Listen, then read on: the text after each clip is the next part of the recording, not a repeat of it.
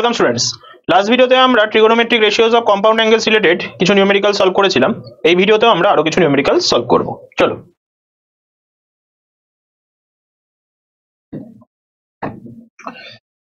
তো নেক্সট নিউমেরিক্যালে দেখো এখানে রয়েছে if sin theta plus alpha equals to cos theta plus alpha then find tan theta in terms of tan alpha.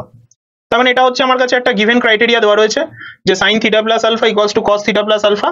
এটা হলে পরে আমাকে প্রুফ করতে হবে, প্রুফ না এখানে অ্যাকচুয়ালি একটা ফাইন্ড আউট করতে বলেছে, tan থিটার ভ্যালু ফাইন্ড আউট করতে হবে in terms of tan alpha. tan আলফার টার্মে tan থিটার ভ্যালু আমার লাগবে, ভালো করে বোঝো। তাহলে আমি কি করছি, সবার ফার্স্টে আমি sin থিটা প্লাস আলফা যেটা গিভেন কন্ডিশন আছে সেটাকে আগে ফার্স্টে লিখলাম, sin theta plus alpha equals to cos of theta plus alpha. এবার যদি আমি এটাকে বোথ সাইডে cos of theta plus alpha দিয়ে ডিভাইড করে দিই তাহলে sin বাই cos করলে কি হয়ে যাবে, sin বাই cos করলে দেখো tan চলে আসবে। তাহলে রাইট হ্যান্ড সাইডে cos theta plus alpha by cos theta plus alpha করলে কত হবে, 1 হবে। দেখো তাহলে sin বাই cos মিন্স হচ্ছে tan, তাহলে tan of theta plus alpha তুমি কি পেলে, আর 1 মানে কি, 1 মানে হচ্ছে কিন্তু tan 45 মানে tan পাই বাই 4 এর ভ্যালু। তাহলে ভালো করে ফলো করো, তাহলে tan of theta plus alpha তুমি বলতে পারো